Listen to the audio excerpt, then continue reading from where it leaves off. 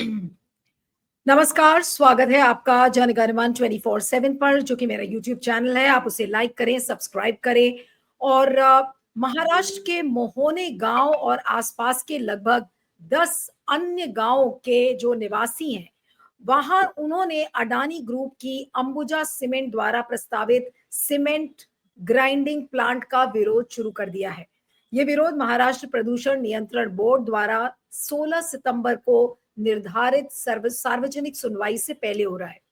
Plant कल्याण शहर के पास स्थित है, जो दक्षिण मुंबई से 68 किलोमीटर दूर है। स्थानीय लोग स्वास्थ्य, परिवार, पर्यावरण और बढ़ते यातायात की चिंताओं के कारण इन परियोजना का विरोध कर रहे हैं। मोहने गांव में प्रस्तावित ये प्लांट घनी आबादी वाले क्षेत्र में बनाया जाना है, जहां चारों ओर निर्माणाधीन ऊंची इमारतें हैं। परियोजना के लिए कुल 26.13 हेक्टेयर भूमि का इस्तेमाल किया जाना है, जिसमें कि 9.67 हेक्टेयर ग्रीन बेल्ट के लिए है और 5.49 हेक्टेयर ग्राइंडिंग यूनिट, भंडारण सुविधाओं तथा पैकिंग प्लांट के लिए है। 10 किलोमीटर के दायरे में सामाजिक आर्थिक अध्ययन क्षेत्र में कल्याण तालुका, केडीएमसी वार्ड, भिवंडी तालुका, अंबरनाथ तालुका, उल्लासनगर और महारल बीके टाउन के हिस्से शामिल है, जहां कुल आबादी 1,04,82,478 है। गांव के निवासियों ने मुख्यमंत्री देवेंद्र फडणवीस, पर्यावरण मंत्री पंकजा मुंडे, कल्याण डोंबिवली म्युनिसिपल कॉर्पोरेशन के म्युनिसिपल कमिश्नर तथा एमबीसीबी अधिकारियों को पत्र लिखकर विरोध दर्ज कराया है। ये मुंबई महानगरीय क्षेत्र में अडानी समूह की दूसरी परियोजना है जिसका स्थानीय स्तर पर विरोध हो रहा है। इससे पहले धारावी पुनर्निवास परियोजना पर भी विरोध हुआ था। अब इसका पूरा मामला क्या है? लॉजिस्टिक्स पार्क के लिए ये पूरी जमीन मिली थी। विरोध के पीछे मुख्य कारण वायु और जल प्रदूषण, बढ़ता यातायात तथा स्वास्थ्य जोखिम है। स्थानीय लोग तर्क दे रहे हैं कि घनी आबादी वाले क्षेत्र में पर्यावरण और स्वास्थ्य मुद्दों को पर्याप्त रूप से ध्यान में नहीं रखा गया। पहले अदानी समूह ने 2020 में नेशनल रेयन कंपनी को अधिग्रहित करने के बाद इस स्थान पर विश्व स्तरीय लॉजिस्टिक्स पार्क स्थापित करने की योजना बनाई थी, जिसका स्वागत हुआ था क्योंकि इससे रोजगार के अवसर पैदा होते। लेकिन कुछ महीनों पहले सीमेंट ग्राइंडिंग प्लांट की योजना सामने आने से विरोध शुरू हुआ है। अब घनी आबादी में अगर आप सीमेंट प्लांट लगाएंगे तो आप सोच सकते हैं कि इसका विरोध तो होगा ही। तो अदानी इस तरीके की हरकतें क्यों कर रहे हैं, और ये जानते हुए कि वहां के स्थानीय लोग उनका विरोध करेंगे। आप पहले एक लॉजिस्टिक्स पार्क बना रहे थे, अब आपने अचानक से सीमेंट ग्राइंडिंग प्लांट वहां पर बनाने की सोची। तो क्या ये मनमाने तरीके से अदानी कुछ भी कर लेते हैं? कोई भी नियम इनके ऊपर लागू हो जाते हैं और उसे पारित कर दिया जाता है। और अब इस ये जो सीमेंट ग्राइंडिंग प्लांट लगाने की बात है, ये क्या वाकई में आगे बढ़ पाएगी? हमारे साथ इस समय दो खास मेहमान जुड़े हुए हैं, उनसे मैं आपका परिचय करवाती हूँ। हमारे साथ वरिष्ठ पत्रकार, पॉलिटिकल कमेंटेटर विवेक देश पांडे हैं, जो कि नागपुर से हमारे साथ जुड़ रहे हैं। विवेक, आपका स्वागत है। हमारे साथ सिद्धार्थ शर्मा है, इंडिपेंडेंट मीडिया एनालिस्ट, आपका भी स्वागत है। मैं विवेक से शुरू करती हूँ कि विवेक, ये क्या स्थानीय लोगों के आंख में धूल झोंकने वाली बात गौतम अडानी नहीं कर रहे? अनम्यूट कर लीजिएगा, अनम्यूट कर लीजिए विवेक, अनम्यूट कर लीजिए प्लीज। हाँ,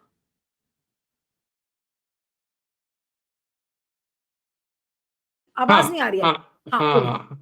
नहीं तो अगर आपके कहने को थोड़ा सा इम्प्रोवाइज कर दिया जाए तो लोगों के आंखों में सीमेंट झोंकने का ये प्रयोग है, ऐसा मैं कहूँगा। क्योंकि ऐसा है कि पहले तो लॉजिस्टिक पार्क बनाएंगे ऐसा कहा था, लोगों ने उसका स्वागत भी किया था ताकि यहाँ के लोगों को कुछ एम्प्लॉयमेंट मिल जाए, इस तरह के लोगों की अपेक्षा ही थी और बताया भी ये गया था कि यहाँ जॉब्स क्रिएट होंगे वगैरह। लेकिन लॉजिस्टिक पार्क का प्लान रह गया एक तरफ और ये वहाँ पर सीमेंट ग्राइंडिंग का प्लांट बनाने जा रहे हैं। तो उसका विरोध तो होगा ही, क्योंकि सीमेंट फैक्ट्री से, उस सीमेंट फैक्ट्री के आजू-बाजू के इलाकों में जिस तरह का प्रदूषण होता है वो मैंने खुद देखा है। महाराष्ट्र की लगभग सारी की सारी सीमेंट फैक्ट्रियाँ जो है वो चंद्रपुर जिले के गढ़चंदुर तहसील में है, जहाँ मैं कई बार जा चुका हूँ। तो 6-7 सीमेंट फैक्ट्रियाँ हैं वहाँ पर और उससे क्या होता है, किस तरह का प्रदूषण होता है वो मैंने देखा है। और जहाँ तक अडानी का सवाल है ये तो खुला लाइसेंस है, मतलब कि आप अधिग्रहित कर लीजिए ज़मीन किसी एक कारण से, और फिर किसी दूसरे आपके जो अल्टरनेट मोटिव है, जो आपका असली प्लान है, उसको बाद में अनफोल्ड कीजिए। फिर देखा जाएगा पब्लिक क्या बोलती है। एक बार शुरू तो कर दीजिए, ये है तरीका।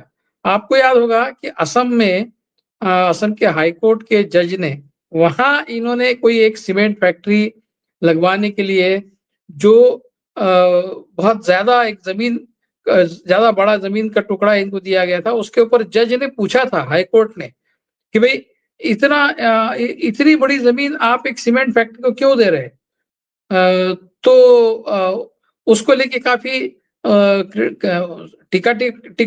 टिप्पणी भी हुई, उस जज को सवाल भी पूछे गए, और फिर कोर्ट में ये भी बताया गया है किस तरह से इतनी, मुझे लगता है कि 2000 बीघा या कुछ ज़मीन का माप कितना है मुझे याद नहीं है, लेकिन बहुत बड़ी ज़मीन अदानी को वहाँ पर सीमेंट फैक्ट्री के लिए ही दी गई थी। तो और एक प्रोजेक्ट हमको पता है जो बांग्लादेश के साथ में मिलकर बनाया गया था, वो इलेक्ट्रिसिटी का प्रोजेक्ट था। वो ज़मीन भी किस तरह से अदानी को दी गई थी, उसके बारे में भी काफ़ी डिटेल स्टोरीज़ आ चुके हैं। तो जहाँ-जहाँ अदानी जाते हैं, वहाँ-वहाँ ज़मीन का जो व्यवहार होता है, वो क्यों इस तरह से शेडी होता है? क्यों ट्रांसपेरेंट नहीं होता? क्यों उसमें घाल-मेल होती है? क्यों उसमें गड़बड़ियाँ होती है? ये सवाल है। तो अदानी ये क्या सरकारी नियम और नीति नियमों से ऊपर है? और ये सवाल बार-बार अपोज़िशन की तरफ से उठाया जाता है। राहुल गांधी अदानी और अंबानी के संबंध में बहुत सारे सवाल हमेशा ही पूछते रहते हैं। लेकिन सरकार के कान पर जू नहीं रेंगती, क्योंकि जब कॉर्पोरेट और सरकार हाथ मिला ले, और सरकार के रहने न रहने से कॉर्पोरेट का संबंध अगर बन जाए, इस कॉर्पोरेट चाहे तो सरकार रहे, नहीं तो सरकार गिर जाए, इस तरह की स्थिति जब बन जाए, सरकार कॉर्पोरेट के कंधे पर अगर खड़ी है, तो जिस तरह की स्थिति बनती है, उस तरह की स्थिति लगभग यहाँ पर बनी हुई है। मतलब अदानी जो चाहे वो मांग सकते हैं, और वो उनको दिया जाता है, देना पड़ता है। इस तरह की स्थिति अभी भारत में बनी हुई है। तो ये क्रोनी कैपिटलिज्म का एक बहुत ही विभत्स रूप हम देख रहे हैं। कि क्या कारण है कि आपने जो लॉजिस्टिक पार्क है उस वो प्लान कैंसल करके आपने वहाँ सीमेंट ग्राइंडिंग फैक्ट्री, क्या आपने लोगों का मत लिया था? अब आप कह विवेक, रहे हैं कि नहीं-नहीं लोगों का वहाँ मत लिया जाए। बिल्कुल विवेक, कुछ वहाँ के जो स्थानीय लोग हैं उनका भी कमेंट मैं पढ़ रही हूँ। जो एक जीवन दास कटारिया हैं, जो कि मोहना के जी। पूर्व एनआरसी कर्मचारी थे। उन्होंने कहा कि जब 2020 में अदानी समूह ने एनआरसी को अधिग्रहित किया, तब कहा गया था कि विश्व स्तरीय लॉजिस्टिक्स पार्क बनेगा। सबने इसका स्वागत किया क्योंकि इससे कई लोगों को रोजगार मिलता। लेकिन कुछ महीने पहले पता चला कि लॉजिस्टिक्स पार्क के बजाय सीमेंट ग्राइंडिंग प्लांट बनेगा। क्या घनी आबादी वाले क्षेत्र में ऐसा प्लांट बनाना चाहिए? पर्यावरण और स्वास्थ्य मुद्दों पर बिल्कुल ध्यान नहीं दिया गया लगता है, और इसीलिए हमने विरोध करने का फैसला किया है। अब इस ये विरोध को कोई अदानी चाहे जितना भी पैसा उनके पास हो, क्या वो इस विरोध को, विवेक, क्या वो गलत कभी ठहरा पाएंगे? नहीं, नहीं, बिल्कुल इसका विरोध होना ही चाहिए, और जिस तरीके से हो रहा है वो सब ठीक है। ये बैकडोर से सीमेंट फैक्ट्री लाने का प्रयत्न, मैंने जैसे कहा कि पहले ये बताना कि हम यहाँ लॉजिस्टिक्स पार्क बना रहे हैं। ताकि लोग इसको एक फेट कंपनी मान लें, और चलो ठीक है, यहाँ पे जॉब्स क्रिएट हो रहे हैं तो लोग एक्सेप्ट कर लेंगे, और लोगों ने एक्सेप्ट किया भी। अब जब एक बार ये ज़मीन अधिग्रहित कर ली अंबानी ने, फिर बाद में बैकडोर से अगर सीमेंट फैक्ट्री बना भी ली, तो लोग क्या बिगाड़ लेंगे? ये है एक टटोलने का तरीका, कि लोगों की मानसिकता को थोड़ा-सा टटोलना, कि अगर बैकडोर से धीरे से अगर सीमेंट फैक्ट्री ला ली जाए, तो अच्छा होगा। मतलब ये है स्ट्रैटेजी। लेकिन उनको शायद इस बात का अंदाज़ा नहीं होगा कि जब सीमेंट फैक्ट्री की बात आएगी तो लोग विरोध करेंगे। ऐसा अंदाज़ा नहीं होगा। लेकिन लोग जागरूक हैं, और लोग अपने हक के लिए लड़ना जानते हैं, और लोग अपने हक के, मतलब लोग कुछ पैसे तो नहीं माँग रहे हैं, आपको जॉब्स तो, आप जॉब देना तो दूर की बात है, आप उनके जीवन को पॉल्यूशन से भर देना चाहते हैं। ये कहाँ का ये है? ये कौन-सा बिज़नेस मॉडल है? तो मुझे लगता है जॉब्स तो दूर रहे, और लोगों के जीवन में पॉल्यूशन वाला जो एक नया एक डर पैदा हो गया है वहाँ पर, उसका विरोध वो करेंगे, पुरज़ोर तरीके से करेंगे, और करना भी चाहिए। जब जब से मोदी सरकार आई है, आप देखिए एनवायरनमेंट के नॉर्म्स को, एनवायरनमेंट के कानूनों को जिस तरह से बेंड किया गया है, कई प्रोजेक्ट्स में बेंड किया गया है, चाहे वो रिवर लिंकिंग प्रोजेक्ट हो मध्य प्रदेश का बेटवा और वो जो है वो चंबल और बेटवा शायद वो जो है वो, या फिर सरिस्का में अभी जो बाउंड्री रिड्रॉ करने का एक प्रोजेक्ट चल रहा है, ये बॉक्साइट माइनिंग वहां पर होता है और उसको लीगलाइज करने के लिए सरिस्का की बाउंड्री को फिर एक बार नए सिरे से डिमार्केट करने की बात चल रही है, जिसको विरोध हो रहा है। और अब जाकर मतलब वाइल्ड लाइफ बोर्ड का 48 घंटे के अंदर उसको परमिशन मिली है। सरिस्का जो टाइगर का एरिया है, टाइगर कॉरिडोर है और एक प्रोटेक्टेड एरिया है, उसमें बॉक्साइट माइनिंग को जैसे फेट कंपनी बना दिया आपने, माइनिंग शुरू कर दी। अब शुरू कर दी तो उसको बंद कैसे करेंगे? फिर बाउंड्री को ही रिड्रॉ करो और बॉक्साइट माइंस को बाहर कर दो। ये जो है ये जो एनवायरनमेंट के प्रति एक डिसडेन है और एक कंटेम्प्ट है। सारे जो आप देखिए चार धाम वाले जो हाईवेज का प्रोजेक्ट है, वो पूरी तरह से एनवायरनमेंट को डैमेज करने वाला प्रोजेक्ट, उसके बावजूद उसको बिल्कुल धड़ल्ले से क्लियरेंस मिला है और उसके नतीजे क्या हुए, ये हम आज देख रहे हैं। तो मोदी सरकार को एनवायरनमेंट से कुछ लेना देना नहीं है। ये अपने डेवलपमेंट के प्रोजेक्ट्स जो दिखने वाले, जो विजिबल प्रोजेक्ट्स है, वो बनाने के पीछे पड़े हैं, ताकि लोग ये देखें और पीपल शुड मार्वल एट कि देखिए दुनिया के सबसे ऊपर सबसे ऊंचा पुलिया बना है, हिमालय में बना है कहीं। इस तरह की बहुत सारे जो एक मॉडल प्रोजेक्ट बनाने के पीछे पड़े हैं, जिसके पीछे कोई विचार नहीं है एनवायरनमेंट का। और इनफैक्ट एनवायरमेंटल डिग्रेडेशन ये उसका सबसे बड़ा एक रिजल्ट है। तो इस तरह से सारे प्रोजेक्ट्स के तरफ देखने का जो नजरिया है मोदी सरकार का, वो एनवायरनमेंट को डैमेज करने का नजरिया है, जिसका पुरजोर विरोध होना चाहिए। सरिस्का में वो विरोध एक्टिविस्ट लोगों ने किया, यहाँ पर इस गांव में माहौल में जो है वो खुद जनता कर रही है। और जब जनता का दबाव बनता है तो सरकार को उस पर फेर विचार करना पड़ता है। और अपेक्षा यही है कि सरकार इसका फेर विचार करे और ये सीमेंट ग्राइंडिंग प्लांट वहां पर अगर जनता नहीं चाहती है, वहां के लोग नहीं चाहते हैं, तो न होने दे। और अगर होने भी देना है तो एनवायरनमेंट का डैमेज कर कर नहीं। एनवायरनमेंट को डैमेज अगर होता है तो चाहे लोग चाहे भी तो भी नहीं होना चाहिए। नीलू, अब मैं सिद्धार्थ के पास आती हूँ कि ये जो पूरी कहानी है, बैकडोर से आप एक जहां पर लॉजिस्टिक्स पार्क बनना था वहां पर आप सीमेंट ग्राइंडिंग प्लांट एक लेकर आ रहे हैं, ये क्या शो करता है? एक तो एनवायरमेंट का एस्पेक्ट है कि आपने एनवायरमेंट या वहां के जो लोग हैं, रिहायशी इलाका है, आसपास बहुत सारी बिल्डिंग्स हैं, आपने उसका कोई ध्यान नहीं रखा, आपको प्लांट अपना लाना ही लाना है। लेकिन बैकडोर से लॉजिस्टिक्स पार्क की जगह आप अचानक से वहां के लोगों को पता चलता है कि वहां तो सीमेंट ग्राइंडिंग प्लांट बन रहा है। ये क्या शो करता है? और सिस्टम जिस सिस्टम को क्लीन करने की बात मोदी जी अभी नहीं, वो जब से प्रधानमंत्री बन रहे हैं कि हम सारे सिंगल विंडो सिस्टम के जरिए हम सारी चीजों को क्लीन कर देंगे, आज उस पर क्या कहेंगे कि अगर बैकडोर से जो एक लॉजिस्टिक्स पार्क बन रहा था वो अचानक से रातों रात या महीनों के अंदर, कुछ महीनों के अंदर वो सीमेंट ग्राइंडिंग प्लांट बन जाता है अदानी के लिए? ठीक। जैसे आपने कहा ना कि यहाँ ये ऐसा नहीं लग रहा है कि ये स्थानीय लोगों की आंख में धूल झोंका जा रहा है। ये तो सीधे सीधे मुंबई के आसपास के पूरी हवा में ही धूल झोंकने का एक काम हो रहा है। हम सबको पता होना चाहिए कि जब से हिंडनबर्ग की रिपोर्ट आई तब से अडानी का पूरा बाजार भाव रेट सब कुछ गिर गया। यहाँ तक कि भारत के विपक्ष ने जेपीसी की मांग की लोकसभा में। आम आदमी पार्टी के संजय सिंह उसमें काफी जोर शोर से चिल्लाए, लेकिन भारत सरकार ने जेपीसी नहीं की क्योंकि उस समय उनका 300 से ज्यादा उनके पास जबरदस्त बहुमत था। लेकिन उसके बाद इस साल हमें पता है कि अमेरिका में एक उनके ऊपर आरोप पत्र दायर हो गया, वो भी कोर्ट में दायर हुआ, अमेरिकी सरकार का नहीं, कोर्ट का।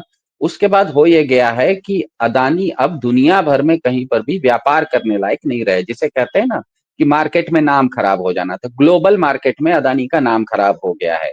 लेकिन अदानी बहुत बड़ी कंपनी है, उनको पैसा बनाना है। वो पैसा कैसे बनाएंगे? तो ये जो कल्याण और थाने का इलाका है जहां के बारे में आप बात कर रहे हैं, ये थाने के आसपास का इलाका है कल्याण। मेरे भी काफी सारे रिश्तेदार वहां रहते हैं। अभी हाल फिलहाल में मेरे बहुत निकट के रिश्तेदार ने वहां पे 500 स्क्वायर फीट का मतलब 500 गज का एक फ्लैट लिया था, जिसका खर्चा आया था 1 करोड़ रुपया। अब मजेदार बात यह है कि ये जो जमीन का हिस्सा है 26 हेक्टेयर की आप जो बात कर रहे हैं, ये बहुत पहले से मतलब 1980 से पहले से एक कंपनी थी, नेशनल रेयन कंपनी नाम की। वो एक इंडिपेंडेंट कंपनी थी, उसके पास ये जमीन थी। नेशनल रेयन कंपनी का मतलब है, हमें पता है कि बंबई के आसपास, भिवंडी के आसपास काफी सारे कपड़ा मिलें होती हैं, तो कपड़ा मिलें होती हैं तो उनको कपड़ा थान वगैरह रखने का जगह चाहिए होता है। तो नेशनल रायन कंपनी नाम की एक कंपनी थी, जिसकी ये जगह थी, मतलब खाली जगह थी। वो कंपनी ने अपने आप को दिवालिया घोषित किया और करीब 2007-8 के आसपास अदानी ने इस कंपनी को 1000 करोड़ में खरीद लिया। बस 1000 करोड़ में खरीद लिया। और अब उस जमीन पर जहां पर कि आपको एक पार्क बनाना था, लॉजिस्टिक पार्क, मतलब जहां पर कि कपड़े का सामान रखना था, धागा रख सकते थे। रेयन का मतलब होता है धागा, कपड़ा बनने में जो धागा का इस्तेमाल होता है, जो सूत का इस्तेमाल होता है, वो रखने की जो जगह थी, उसमें अचानक अब अडानी कह रहे हैं कि हम वहां पे सीमेंट प्लांट लगाएंगे। अब जहां पे वो सीमेंट प्लांट लगाएंगे, उस कल्याण के इलाके में आसपास में 15 लाख पॉपुलेशन होता है। अब जहां पर 15 लाख पॉपुलेशन है, वहां पर आप अगर सीमेंट प्लांट लगाएंगे, तो डाटा ये दुनिया का बोलता है कि जितना भी इंडस्ट्रियल पोल्यूशन होता है, मतलब औद्योगिक उत्सर्जन होता है, औद्योगिक प्रदूषण होता है, उसका 35% हिस्सा किसी भी जगह पे सीमेंट प्लांट से आता है। ऐसा क्यों होता है? क्योंकि हमें पता है कि जहां पर भी कंस्ट्रक्शन होता है वहां धूल होता है। आपके घर में भी अगर जिस दिन कंस्ट्रक्शन, आपने किसी एक अपने घर का किचन भी आपको ठीक करवाना है और एक दिन के लिए आपने किसी मिस्त्री को बुला लिया और अगर वो 4 बोली सीमेंट लेके आ गया, तो आपका पूरा घर उस दिन गंदा हो जाता है। इतना सीमेंट का धूल उड़ता है, सबको पता है। तो सीमेंट सबसे ज्यादा धूल उड़ाती है और इंडस्ट्रियल पोल्यूशन का 35% हिस्सा सीमेंट प्लांट से आता है। और सीमेंट प्लांट में PM1 से लेके PM10 तक का कणीय उत्सर्जन होता है। पार्टिकुलेट मैटर होते हैं जिसका कि नापा जाता है। सबसे छोटा कण को 1 पॉइंट बोला जाता है और सबसे बड़े कण को 10 पॉइंट बोला जाता है। मतलब 10 पॉइंट का कण जो होगा वो मोटा कण होगा, 1 पॉइंट का कण जो होगा वो सबसे छोटा होगा। अब सीमेंट प्लांट में इन लोगों का आज की जितनी भी टेक्नोलॉजी है, जिसको कि आप जिस लेख का उल्लेख कर रहे हैं, उसमें ये अडानी साहब ये भी कह रहे हैं कि हम bag filter, latest bag filter का इस्तेमाल करेंगे ताकि उत्सर्जन नहीं हो, मतलब पोल्यूशन, धूल नहीं उड़े। लेकिन आप दुनिया के सबसे बेहतरीन बैग फिल्टर्स का भी इस्तेमाल कीजिए सीमेंट प्लांट में, तो PM1, PM2 और PM2.5 तक का उत्सर्जन होते ही रहेगा। PM2.5 से ऊपर का उत्सर्जन, बड़े कण भले बैग फिल्टर में रुक जाते हैं, छोटे कण PM1, PM2, PM2.5 तक नहीं रुकता, वो उड़ते ही रहता है और वो हवा में उड़ते ही रहेगा। उसे आप रोक नहीं सकते। उसके कारण किडनी की वापस उस पॉइंट पर सिद्धार्थ आना चाहती हूँ कि ये जो बैक डोर से एंट्री होने का मतलब कि एक लॉजिस्टिक्स पार्क की जगह वहां पर अब एक सीमेंट फैक्ट्री बन रही है, तो ये क्या अदानी की मोडस ऑपरेंडी इसमें क्या रही होगी? उन्होंने क्या सरकार को बोला होगा, सरकार ने कागज चेंज कर दिए हो गए होंगे कि भाई अरे लॉजिस्टिक्स पार्क भी बनना था तो उसका बाकायदा नक्शा बना होगा, सब कुछ होगा, क्लियरेंसेस हुए होंगे, और अचानक से वो लॉजिस्टिक्स पार्क एक सीमेंट फैक्ट्री के क्लियरेंस में बदल जाता है। ये ब्यूरोक्रेसी और जो पूरा जो एक रेड टेपिज्म का जो सिस्टम है, वो ये उसके बारे में क्या कहेंगे कि अचानक से कोई चीज चेक की जाती है लेकिन उसकी शक्ल ही बदल जाती है? इसमें कोई ब्यूरोक्रेसी रेड नहीं है। एक बीजेपी सरकार है और वो अडानी को साथ देने के लिए हर तरह के कानून का परिवर्तन कर रही है। हमें पता है कि लैंड यूज पॉलिसी होती है। मतलब एक अगर मंदिर है तो आपको मंदिर में जाने का एक तरीका होता है। मंदिर में आप बार नहीं खोल सकते, स्कूल में आप सिगरेट का दुकान नहीं खोल सकते, सबको पता है, ये चीज कहने की जरूरत नहीं है। हर चीज की एक लैंड यूज पॉलिसी होती है। आपके घर में भी जो अलग अलग कमरे हैं उसका उपयोग अलग होता है। किचन में आप बैठक नहीं कर सकते, बैठक में आप किचन नहीं, खाना नहीं बनाते हैं। हर चीज की एक land policy, land use policy होती है। तो ये जमीन अगर कल्याण में लैंड यूज पॉलिसी के तहत किसी औद्योगिक काम के लिए नहीं थी, मतलब इंडस्ट्रियल यूज के लिए नहीं थी, वो एक पार्क था। पार्क मतलब लॉजिस्टिक पार्क, जहां पर कि आप सामान रख सकते थे। वहां पर आप अगर किसी भी तरह की इंडस्ट्री लगा रहे हैं तो इसका मतलब ही है कि आपने लैंड यूज पॉलिसी बदल दी। और ये लैंड यूज पॉलिसी कैसे बदली? क्योंकि एक तरफ आपके पास सरकार है और एक तरफ अदानी है। अदानी ने कह दिया कि हम यहाँ पर, ये जमीन मेरी है और मैं इस जमीन में अब सीमेंट फैक्ट्री लगाऊंगा। सरकार ने किसी ऑफिसर को बोल दिया, ऑफिसर ने सिग्नेचर कर दिया। लेकिन ये कानूनी रूप से पूरी तरह से गलत है, क्योंकि कहीं पर भी एक लैंड यूज पॉलिसी होती है। और एक सबसे मजेदार बात बताता हूं, जहां पर भी आपके जो भी गांव के आसपास के लोग इसका विरोध कर रहे हैं, वो बहुत सही विरोध कर रहे हैं, और जो लोग अगर उस विरोध में शामिल नहीं भी हैं तो आप लोगों को उसमें शामिल हो जाना चाहिए, कल्याण के आसपास के लोगों को, क्योंकि ये प्लांट अगर बन जाएगा तो एक सीमेंट प्लांट में, ध्यान में रखिएगा, 1000 किलो सीमेंट बनाने में 900 किलो कार्बन डाइऑक्साइड का उत्सर्जन होता है, मतलब गर्मी बढ़ जाती है। आप जहां पर भी सीमेंट प्लांट होता है उसके आसपास 10 किलोमीटर में गर्मी बढ़ जाती है। तो भले आप लोग किसी ने कल्याण के आसपास करोड़ों का फ्लैट लेके रह रहे हो, लेकिन ये अगर प्लांट लग जाएगा तो आपके इलाके में गर्मी बढ़ जाएगी। ऐसे ही मुंबई में गर्मी ज्यादा रहती है, हर आदमी पसीने से परेशान रहता है, मुंबई वाले को पूछिए। अब अगर वहां पर और गर्मी बढ़ जाएगी तो हालत क्या होगी? तो मेरे ख्याल से जो जनता भी है, जो जनगण मन के दर्शक हैं, अगर वो बंबई के आसपास रहते हैं, कल्याण के आसपास रहते हैं, तो उनको तो इस तरह के विरोध में साथ देना चाहिए, क्योंकि ये अगर प्लांट वहां पर आ गया तो इसका मतलब ही है कि आपका जीना मुहाल हो जाएगा। और सबसे बड़ी बात यह है कि आप एक 500 गज के घर खरीदने में आप 1 करोड़ रुपए खर्चा करते हैं, 1000 करोड़ में उसने 26 हेक्टेयर जमीन ले ली। आपके जमीन के वैल्यू से अगर वो लेता तो उसको 20,000 करोड़ रुपया देना पड़ता। तो 20,000 करोड़ की जमीन, माफ कीजिएगा, 2 लाख करोड़ की जमीन उसने 1000 करोड़ में खरीद ली। इसका मतलब ही है कि इस देश की राजनीति इस देश की राजनीति के कारण भाजपा की राजनीति ऐसी है कि उसकी नीतियां ऐसी बन रही है कि आप अगर मिडिल क्लास भी हैं, आप अगर अपर मिडिल क्लास भी हैं, तो आपसे छीना जा रहा है और सब कुछ अडानी को दिया जा रहा है। यही कहते हैं कि दोस्तवाद, इसी को कहते हैं। कैपिटलिज्म नहीं है ये, कैपिटलिस्टिज्म है। ये पूंजीवाद नहीं है, पूंजीपतिवाद है, कि मैंने 4 पूंजीपतियों को चुन लिया और उनको मैं सब कुछ दे रहा हूं, और मेरे जो वोटर हैं, बीजेपी के जो वोटर हैं, उन वोटरों का भी वो छीन छीन के उनको दे रही है। ऐसी स्थिति आएगी तो मेरे ख्याल से जो कल्याण थाने के आसपास के लोग रह रहे हैं, उनका जीना दूभर हो जाएगा। उनके बच्चों के लंग्स में जो PM1 से लेके PM2.5 तक डस्ट जाएगा, उसके कारण तो जो बाद में समस्या आएगी वो आएगी ही। लंग्स की समस्या आती है, किडनी की समस्या आती है, डायबिटीज की समस्या आती है, कार्डियोवैस्कुलर डिसीजेस मतलब हार्ट डिसीजेस की समस्या आती है, लेकिन ये समस्या तो बाद में आएगी। सबसे पहली समस्या आएगी कि आपके यहाँ गर्मी बढ़ जाएगी, इतनी गर्मी बढ़ जाएगी क्योंकि हर 1000 किलो अगर सीमेंट बनाने में 900 किलो वो कार्बन डाइऑक्साइड का उत्सर्जन सीमेंट प्लांट करता है, तो वो तो अडानी हो या कोई भी भगवान भी बनाएगा, तो भगवान भी अगर सीमेंट प्लांट बनाएंगे तो उतना ही उत्सर्जन होगा। तो ये जो आपके पास आपकी गर्मी शुरू होने वाली है, ये ध्यान में रखिएगा। और ये ध्यान में रखिएगा कि ये कौड़ियों के भाव, मतलब 1000 करोड़ में आपने अब 26 हेक्टेयर जमीन खरीद ली, तो इसका मतलब ही है कि आपने कौड़ियों के दाम वो जमीन खरीदा है। और वो जमीन नहीं खरीदा आपने वो कंपनी खरीद ली। कंपनी के पास उतनी जमीन थी, आपने कंपनी, एक दिवालिया होती हुई कंपनी को आपने 1000 करोड़ में चांस में, जिसे कहते हैं ना लूटमार में, चांस में आपने खरीद लिया। और उसकी जो जमीन थी वो पार्क बनाने के लिए थी, वो किसी तरह का लॉजिस्टिक्स रखने की जगह थी, उसको आपने लैंड यूज पॉलिसी बदलवा ली। और वहां पर आप अगर धुआं उठने वाली, धूल उड़ने वाली चीजें आप बनाना शुरू करेंगे तो आसपास के जो 15 लाख लोग हैं उनकी स्थिति क्या होगी, ये तो सोचने वाली बात है।